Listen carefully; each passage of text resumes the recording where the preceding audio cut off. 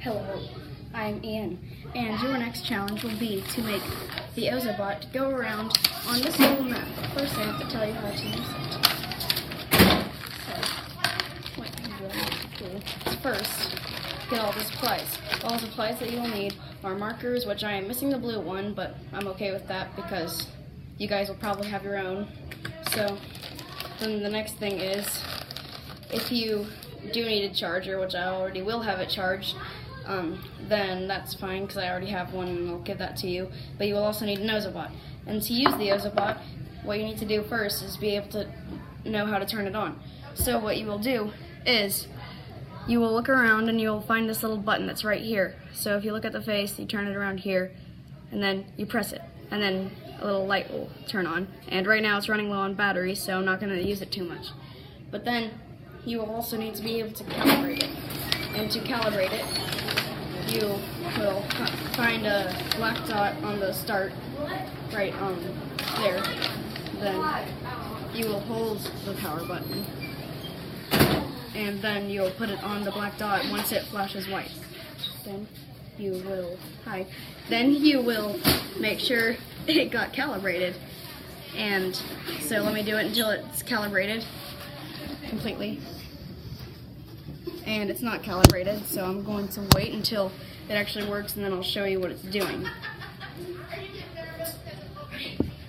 Let's see if I can actually do this.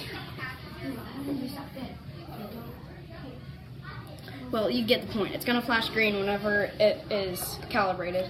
And so then you will need to code around here. And to code, you really just draw a line. Like I will flip this over.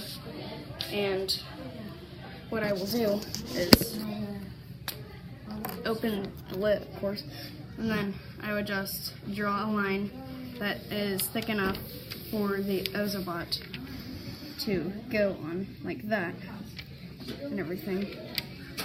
And then watch what happens if I do that. And also I will add a little turn really quickly. And then watch. My OZO bot will do this. It will follow the line. And then you will need to do that to all of these points in order. So you will first need to go to point 1, which is up here. Then you will need to go to number 2. Then you'll have to go to point 3, point, where's 4? 4. Then you'll have to go to point 5 and 6 and so on. 7, 8, 9, and 10, and everything. And you will have to knock down these little pins, all of them, because they're all going to be at the point. So, good luck, and let's see if you can do it.